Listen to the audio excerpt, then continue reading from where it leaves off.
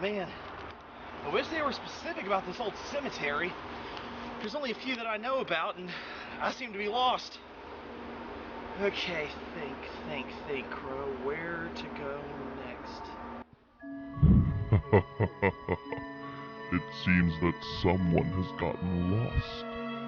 In order to get out of this forest, you must do a top 10 scary moments in non-horror video games.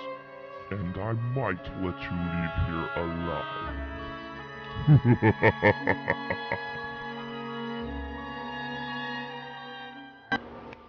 Well, it looks like there's only one thing left to do.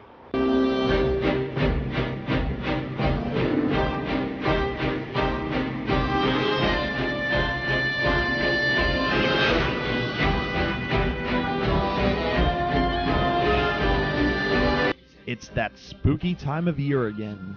Zombies are chasing people, ghosts are haunting houses, and the damned roam the earth once more. It's Halloween. Now, doing a countdown involving scary things and horror games is easy. Not to mention that when something scary happens in a non-horror video game, it scares you that much more because you aren't expecting it. You're just on a little adventure and then BAM! So, my only rules besides the game having to be a non-horror genre game in this countdown are only games I played can be on this list and only one game per franchise.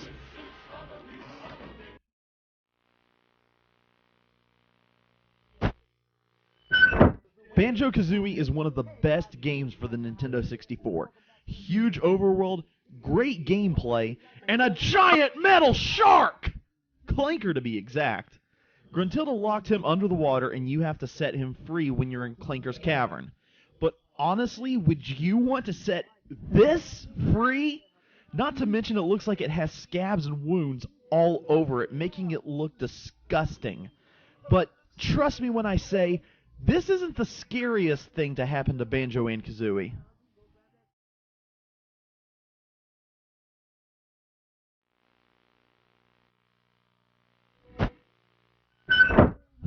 Minecraft's such a relaxing game. Build a house, cut down trees, make friends with wolves, and these! Anytime you see a creeper, you immediately go into panic mode. And if you're not careful enough, they blow up your friggin' house! One thing I should mention though, on a lighter note, you can actually find creepers in Borderlands 2. Not to mention a huge giant one, and you're just like, what the? What? You thought I was going to do another WTF boom? No. I'm sick of that joke. Okay, fine, you get two more. Here.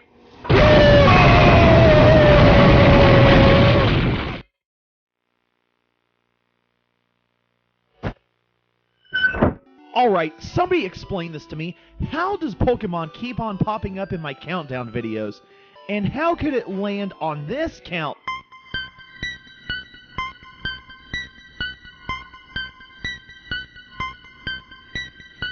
Oh. Man, Lavender Town freaked the crap out of me when I was a kid. Everywhere else in the game was full of life and color. In this town, well, no pun intended, is pretty dead. Ghosts, possessed mediums, and a theory that people came up with that you killed your rival's Raticate. Man, killing Pokemon? That's pretty dark for a kid's game. We don't kill Pokemon! We do! We do it for you, you f***s!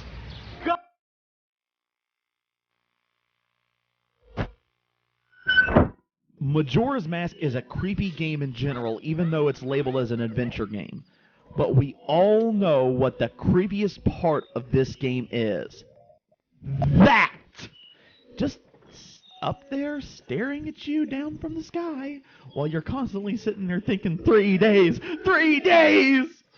And on the third day the moon layeth a smackdown on the earth, destroying everything in its path. God, man, at least this kind of stuff didn't happen in Wind Waker. Oh, come on!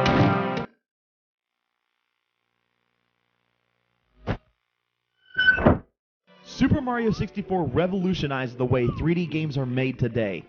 Everything's so colorful, so alive, so bright, and... Wait, where are we? Toto? I have a feeling we're not in Kansas anymore. Man, this place is spooky. Flying chairs and books, ghosts. Well, at least I can sit down and play the piano.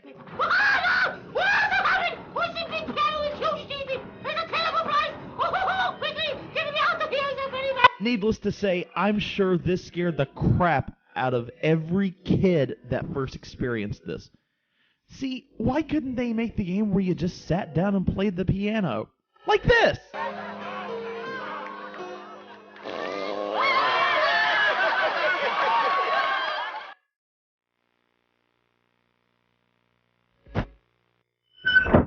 I am Sinistar. Beware, I live. Run, run, run. Beware, coward. Run, coward. I don't think I need to go on about this one.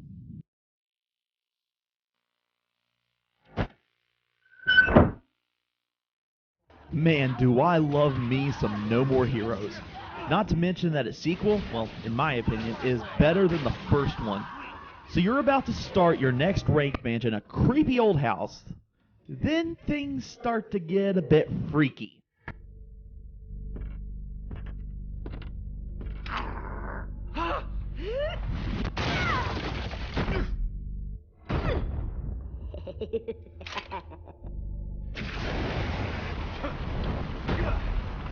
Matt Helms is one of the creepiest assassins in this game. He was abandoned as a child, then made a pact with the devil to live forever and murder his parents and anyone that came close to the house. Even after you beat him, the scene just gets creepier. That was gross. What's a kid doing here? I'm going to kill you. What's that? Headshot.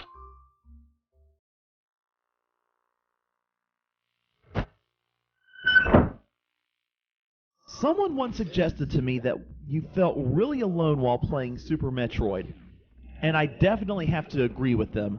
The atmosphere in this game is creepy in itself because you feel so alone.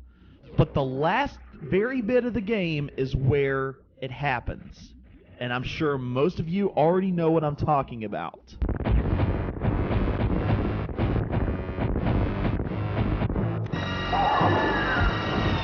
Not only does the game trick you into thinking, oh, you just beat Mother Brain, congratulations, but listen to that scream. Ugh, I'd rather listen to Rebecca Black. It's Friday, Friday. Oh God! Oh my God! Oh my God! You can't hurt anyone anymore.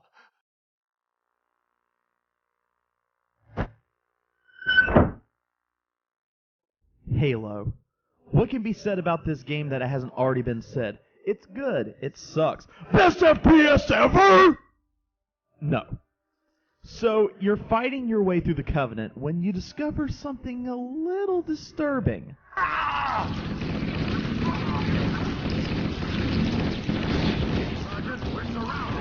damn it, Jenkins! Fire your weapons! See, the one thing that confused me is why they call it the Flood. Okay, I guess it's because they flood in at you, but when I hear flood, I don't think of the aliens, these monstrosities.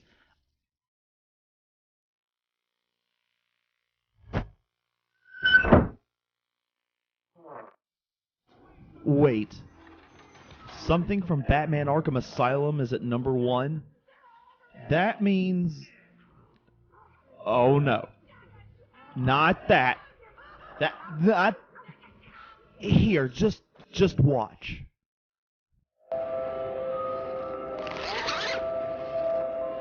Father, you should have stood up to him, son.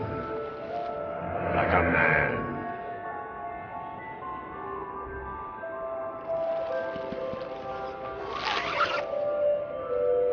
Mom? Help us, Bruce.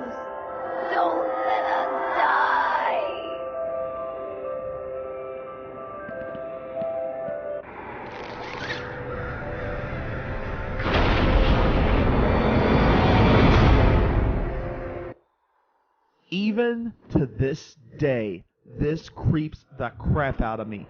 I mean, it's Batman's dead mother and father talking to him in body bags.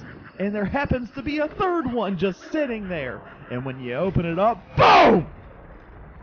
And if that's not enough, you hallucinate and are transported to what I like to call Scarecrow's hellhole.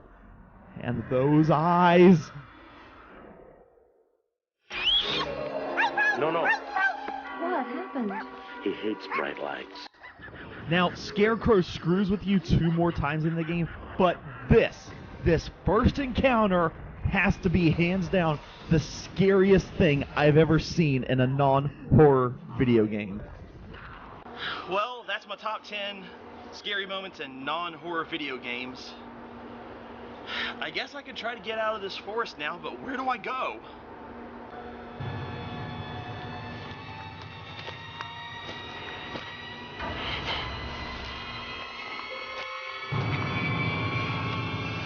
Ah!